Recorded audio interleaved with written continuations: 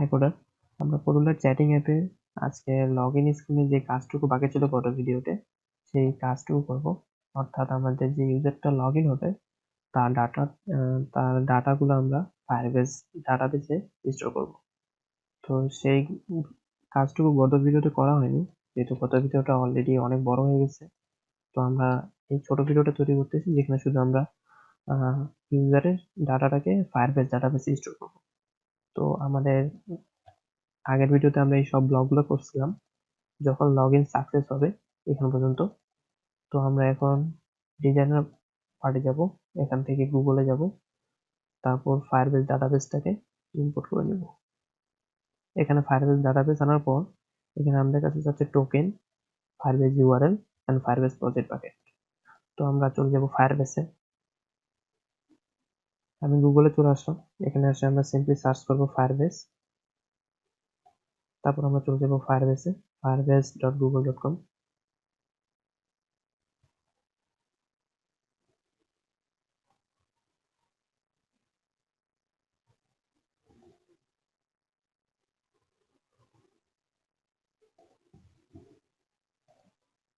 ফায়ারবেসে চলে আসছে, এখানে গো টু কনসোল নামে একটা অপশন আছে, আমরা গো টু কনসোলে ক্লিক করলাম।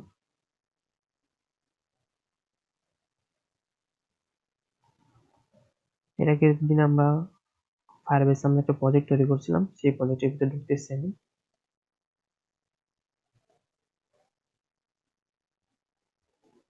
এখানে প্রজেক্টে আসার পর আমাদের লেফট সাইডে যা আছে মেনুটা, এখানটা আমরা পাবো রিয়েল টাইম ডাটাবেস। এখানে যাই, রিয়েল টাইম ডাটাবেস। এখানে আমরা এখনো রিয়েল টাইম ডাটাবেস ক্রিয়েট করিনি, তো আমরা এখানে রিয়েল টাইম ডাটাবেস প্রথম ক্রিয়েট করতে হবে। তো আমি ক্রিয়েট ডাটাবেসে ক্লিক করলাম।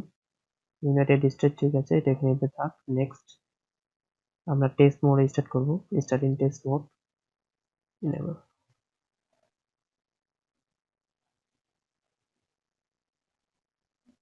আমরা কিছুক্ষণ ওয়েট করি ডাটাবেসটা ক্রিয়েট হওয়ার জন্য। আমাদের এখানে ডাটাবেসটা ক্রিয়েট হয়ে গেছে।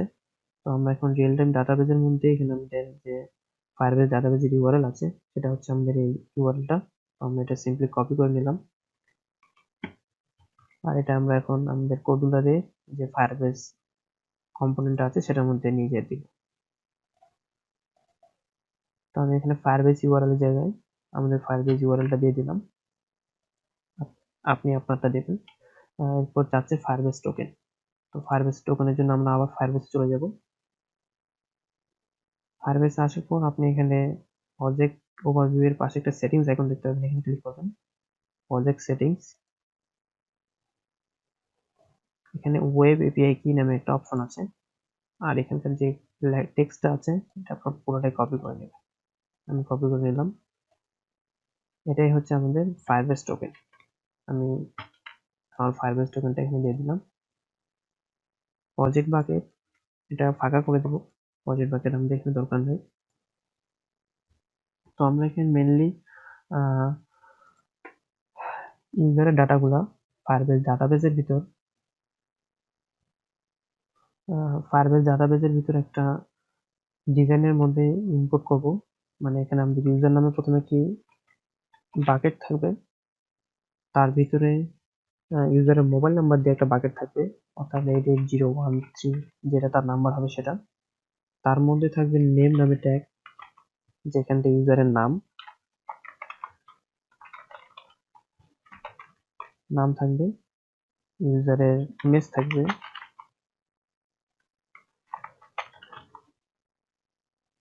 ডিসক্রিপশন থাকবে,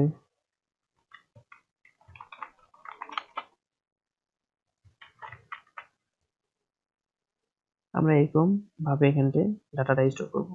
অর্থাৎ ইউজারের মধ্যে সকল ইউজারের ইনফরমেশন থাকবে, যেমন এখানে নাম্বার আছে, এরপর আলাদা নাম্বার থাকবে যখন অন্য ইউজার সাইন ইন করবে। তার মধ্যে এই ইউজারের ডিটেলস দেখার জন্য আমরা এই ইউজারটা বড় করবো, তাহলে এখানটায় নাম, ইমেজ, ডিসক্রিপশন, এভাবে আমরা ফায়ারবেস ডাটাবেসের মধ্যে আমাদের ডাটাগুলো স্টোর করবো। তো আমরা যেহেতু এখানে ইউজার ইউজ করছি, ইউজারের ভিতরে আবার একটা প্রজেক্ট বাকেট আছে। তো আমরা এখন আমাদের যে ফায়ারবেস ইউআরএলটা আছে এর পিছনে স্ল্যাশ দিয়ে ইউজার করে দেবো। তো আমি আমার কোডুলারে আসলাম, আমাদের যে ফায়ারবেস ইউআরএল আছে এর পিছনে আমরা ইউজার নামে একটা ট্যাগ লাগাবো, অর্থাৎ ইউজার প্রজেক্ট বাকেটটাকে আমরা অ্যাসাইন করলাম। তো আমরা ব্লকসে যাই। ব্লকসে আসার পর হোয়েন লগ ইন সাকসেস, অর্থাৎ যখন আমাদের লগ ইন কমপ্লিট হয়ে গেছে তখন আমরা কি করতে চাচ্ছি, তখন আমরা সিম্পলি ফায়ারবেস ডাটাবেসটাকে নিব। ডাটাবেস নেওয়ার পর এখানকে স্টোর ভ্যালু নামে অপশন আছে, এটাকে নিব। তার আগে অবশ্যই আমাদের যে ফায়ারবেস ডাটাবেসের প্রজেক্ট বাকেট আছে সেটা সেট করতে হবে। তো আমি ফায়ারবেস প্রজেক্ট বাকেট নিয়ে নিলাম এখান থেকে। তো এটা আমি স্টোর ভ্যালু আগে দেব। এখানে আমরা প্রজেক্ট বাকেটের মধ্যে দিব আমাদের যে মোবাইল নাম্বার আছে অর্থাৎ ফোন নাম্বার, কিন্তু ফোন নাম্বারের সাথে আমাদের প্লাস নামে একটা টেক্সট আছে, মানে প্লাস থাকে, তো সেটাকে আমরা রিপ্লেস করে দিব। সেই জন্য আমি টেক্সট বক্স থেকে রিপ্লেস অল টেক্সট এটা নিলাম। ফোন নাম্বারটাকে এখানে লাগালাম। এখানটা আমি প্লাস তাকে রিপ্লেস করে দিয়ে ফাঁকা করে দেব, মানে আমাদের মোবাইল নাম্বারে যাতে কোনো প্লাস না থাকে, শুধু 880 বা যেটা থাক, শুধু প্লাস যাতে না থাকে। তো এরপর ট্যাগ হিসেবে আমরা ইউজ করব নেম, মানে ইউজারের নাম কি হবে। তো নামের মধ্যে আমরা লগ ইন স্ক্রিনে একটা নামের জন্য টেক্সট বক্স ইউজ করছিলাম, নেম টেক্সট বক্স। তো আমরা এখানকার ডট টেক্সটটা ইউজ করব, ডট টেক্সট। স্টোর ভ্যালুতে ইমেজ,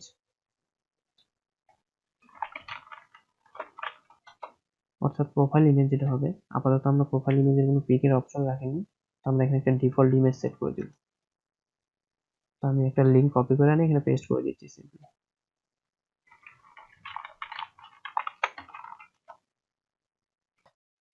আমি গুগল থেকে একটা লিঙ্ক কপি করে নিয়েছি ইমেজে, তো আমি এখানে পেস্ট করে দিলাম। আপনি চাইলে ক্লাউডিনারিতে ইমেজ আপলোড দিয়ে সেই ইমেজের লিঙ্কটা এখানে ডিফল্ট ভাবে দিয়ে রাখতে পারেন। তো এখানে আমরা নেম সেট করলাম, ইমেজ সেট করলাম। তো আপাতত আমাদের এটুকুই প্রয়োজন ছিল, আর যেহেতু প্রজেক্ট বাকেট নাম্বার, সুতরাং আর এক্সট্রা ভাবে কোনো নাম্বার আমি অ্যাড করলাম না। তো এইটুকুই। এখানে যেহেতু আমরা ডাটাটা স্টোর করতেছি, তার আগে যদি স্ক্রিন ক্লোজ হয়ে যায় সেটা সমস্যা, তো আমি এটা সরাই রাখলাম, কারণ আমাদের ডাটা স্টোরে একটু সময় লাগতে পারে।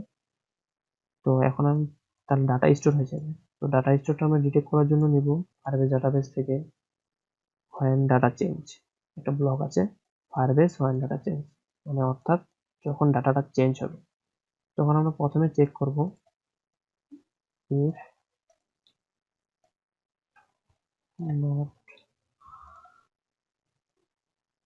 এমটি, যদি খালি না থাকে আমাদের ফায়ারবেস ডাটাবেসের প্রজেক্ট বাকেট।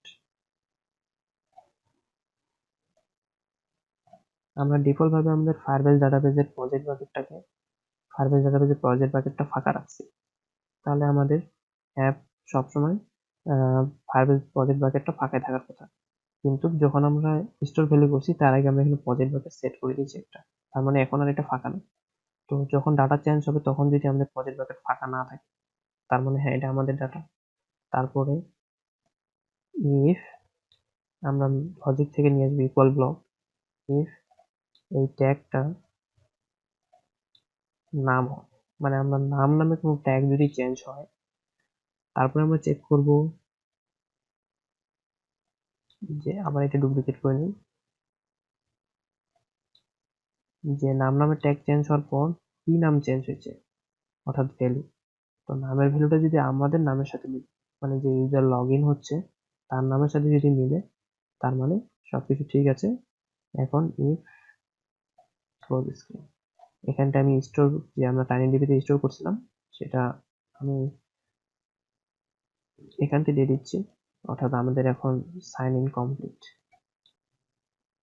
এখান থেকে ইউজার আইডির জায়গায় আমি একটা গ্লোবাল ভেরিয়েবল তৈরি করব ইউজার আইডির জন্য।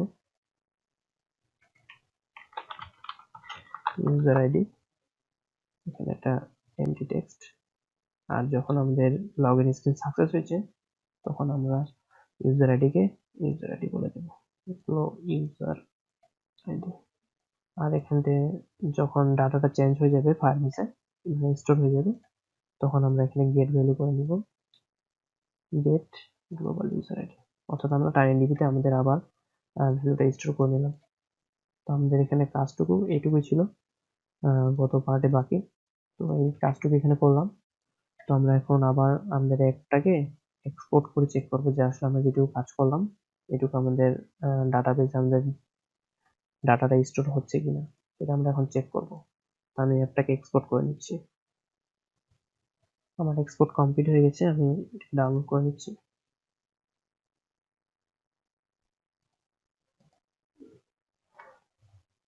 তো এখানে আমাদের নতুন যে ভার্সনটা আছে, অর্থাৎ ডাটা স্টোর করা ভার্সনটা, সেটা আমাদের ইনস্টল হয়ে গেছে। আমি এটা সিম্পলি ওপেন করব।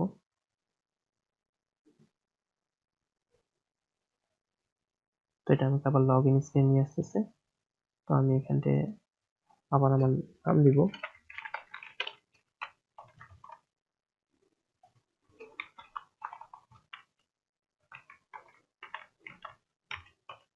আমি নাম্বার দিয়ে সাইন ইন করলাম। ভেরিফিকেশন কোড আমার অটোমেটিক নিয়ে নেবে, ভেরিফিকেশন কোড।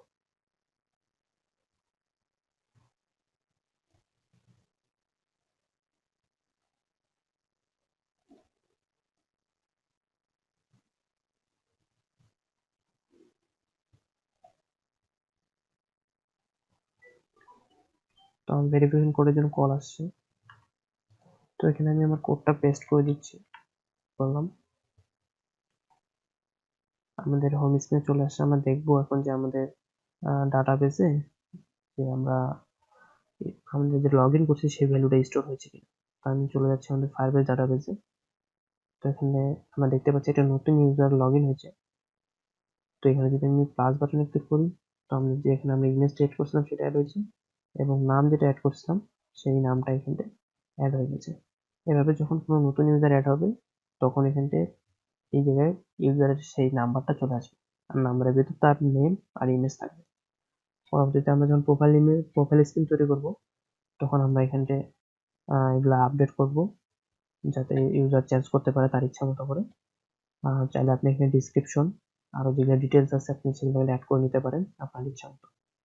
তো আজকের ভিডিওটা এটুকু পর্যন্তই। আর আপনি যদি আগের পার্টটা দেখে না থাকেন, তাহলে আসলে এই ভিডিওতে কিছুই বুঝবেন না।